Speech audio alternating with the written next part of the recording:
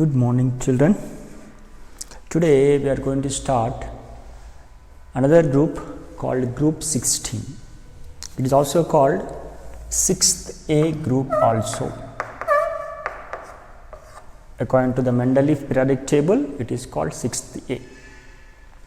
Now, these group elements called chalcogens. Why? Because these elements, when combined with metals, they form some ores like oxide ores, sulfide ores. That is the reason these are called chalcogens. The reason is very simple. These will form ore forming elements. You see one example here, galena. It is an ore. Which ore it is? Sulfide ore.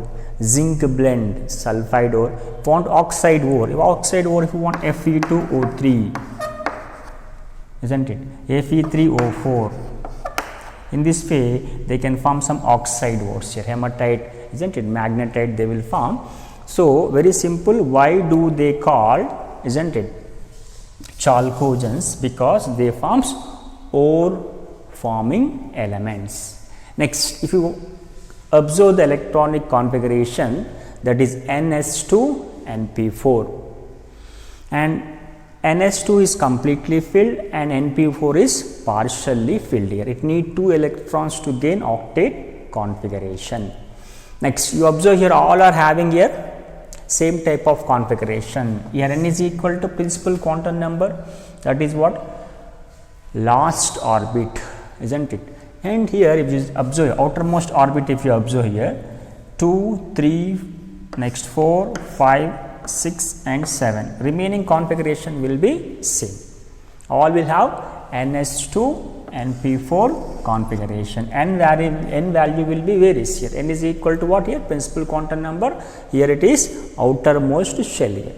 Next, if you observe the atomic numbers 8, 16, 34, 52, 84, 116. Oxygen, sulfur, selenium, tellurium, polonium and livermonium, and these two are actually radioactive elements. We don't discuss anything properties of these elements. Remaining 4 elements, isn't it? Generally we discuss in this. Now, how to write the atomic numbers? You add here plus 8, you will get the 16. Again you add here what? 18. You will get here what happened? 34. Again add here 18, you will get 52. Again you add here 32. Here also what? 32. You will get the atomic numbers very simple here. Next, abundance. If you observe, which element is more abundant? Not only in this group, entire the periodic table, if you observe, the highest abundance is for oxygen. Oxygen is the most abundant element.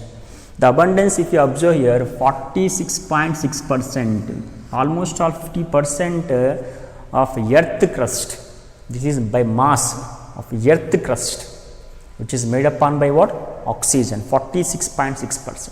But in terms of volume in the atmosphere, if you observe, it is almost all 21% is there actually.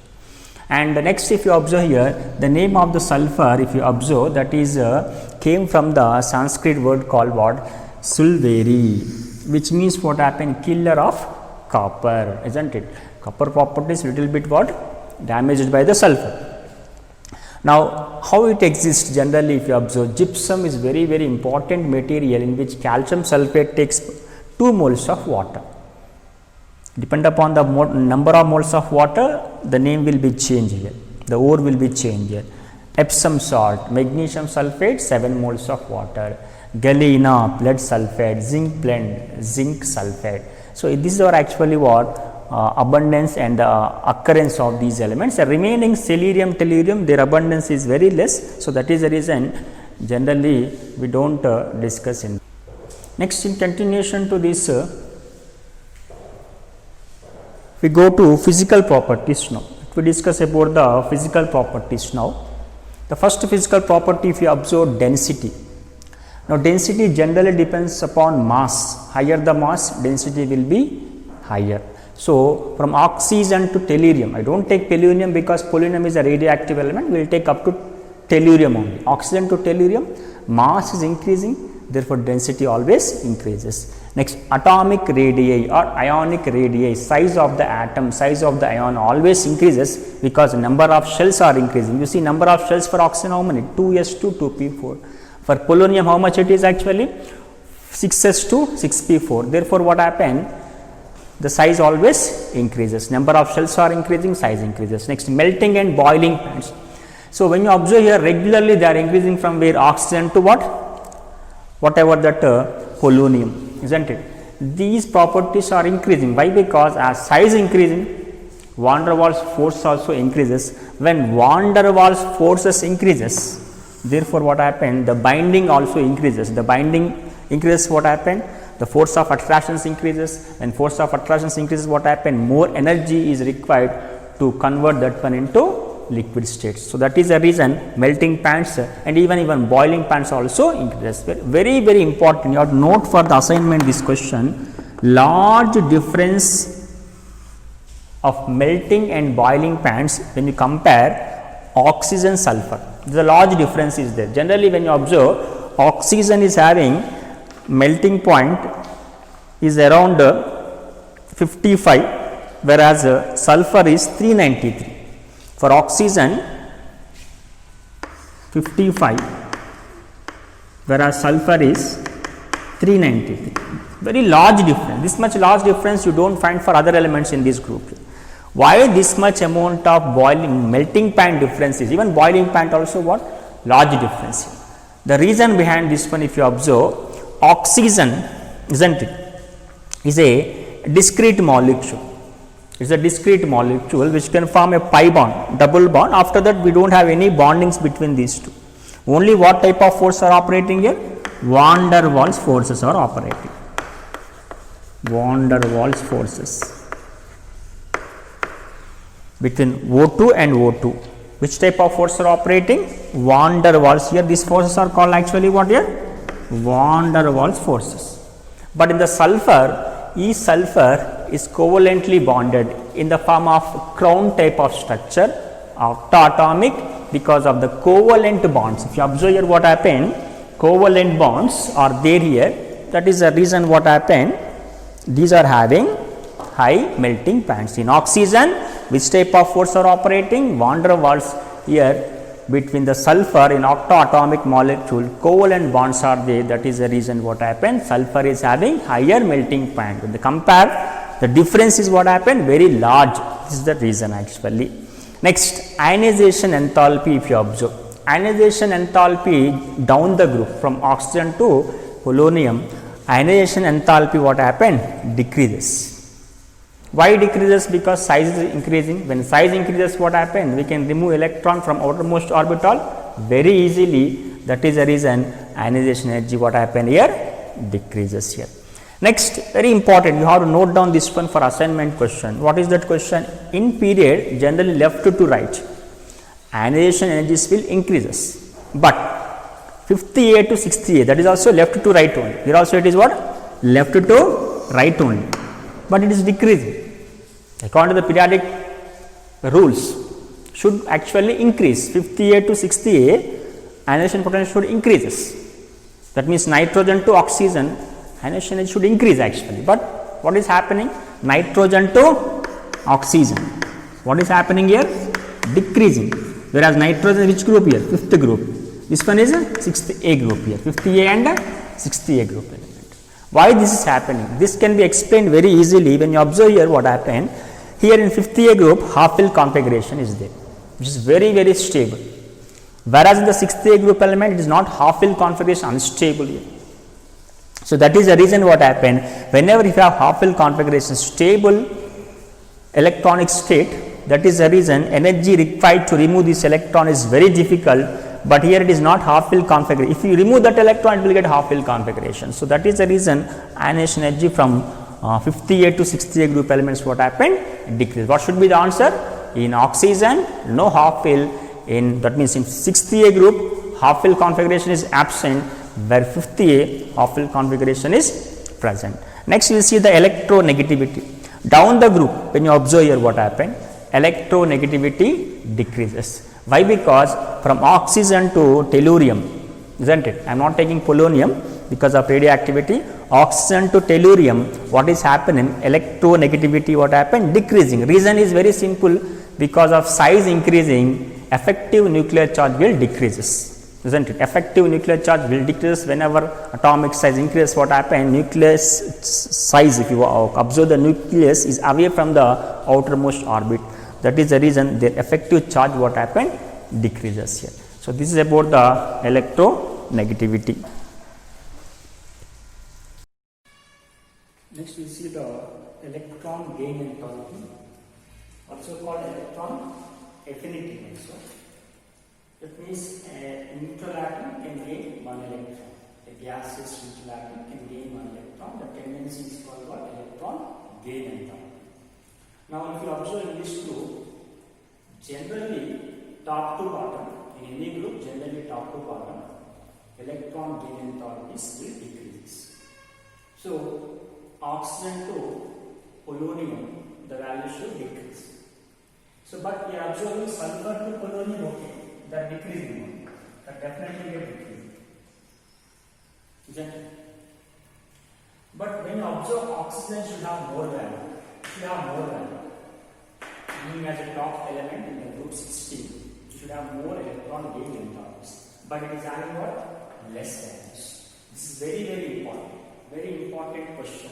You have to note down this question: why the electron gain enthalpy of oxygen is less, very less in the group 16 elements? What is the reason? See, the reason is very simple. The size of the oxygen is very small. Because of this, what happened? The electrons present in one configuration here, N2 plus 2, 2p. Here something you take what this one, something 5s2 or 6s2, whatever it is, 6s2, 6p. Now here, because of small size, the electronic repulsions, inter-electronic repulsions are large during the oxygen. Whereas in the remaining elements, as d orbitals size increases, what happens? Repulsions, what happen? Decrease. The repulsions are minimized in polonium, tellurium because of what? Empty d orbitals, extra size they are having. That is the reason repulsions will generally minimize. But in the oxygen, because of small size, repulsions are more, cannot be minimized when electron is added. Because when you add electron is added to electrons, NH2 so definitely repulsions will generate. Very simple in examination, what you have to answer. Because of small size of oxygen, more electronic repulsions are generated. Because of this, electron very difficult to add. So that is the reason electron gain enthalpies are very less. Next, if we go to catenation, catenation is very important. Self-linkage. Element is linking with self-element. This we have observed the carbon. Then the carbon has having more catenation power. But here, oxygen also can exhibit catenation power a little bit. But sulfur, if you observe, sulfur is having more tendency to exhibit catenation power. What is the reason? When you observe carbon to silicon, catenation power decreases in same group. But here, oxygen to sulfur, catenation power is increasing. Nitrogen to phosphorus, catenation power is increasing, but carbon to silicon decreases, general phenomenon. But here, oxygen to sulfur is decreasing. Why decreasing? Because of SS bond energy. The SS bond energy is very stable when you compare with HOMO bond energy.